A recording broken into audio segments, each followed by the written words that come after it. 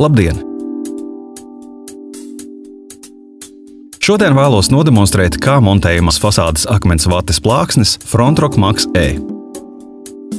Strādājot ar akmens vati, obligāti jāievēro daži nosacījumi.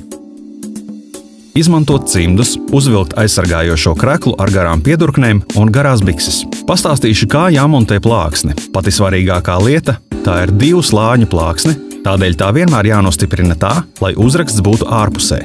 Pirmais slānis ir ciets. Kā jāsmērē līme?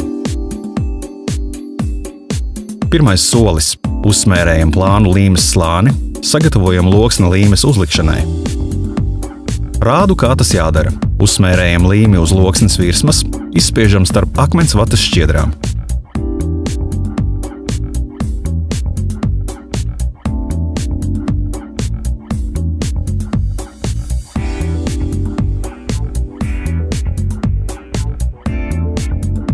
Uz tādā veidā apstrādātas loksnes var uzklāt līmi.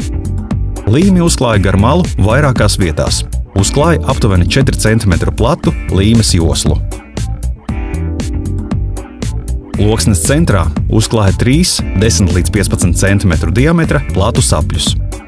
Pievērsiet uzmanību, ka uzsmērētās līmes slāņa biezumam jābūt vienādam, lai loksne vienmērīgi piekļautos pie sienas.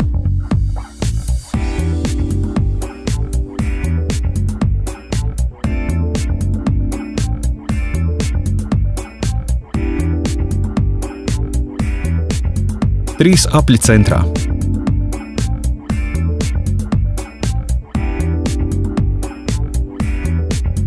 Tad sasmērēta ar līmi loksne jāpielīmē pie sienas.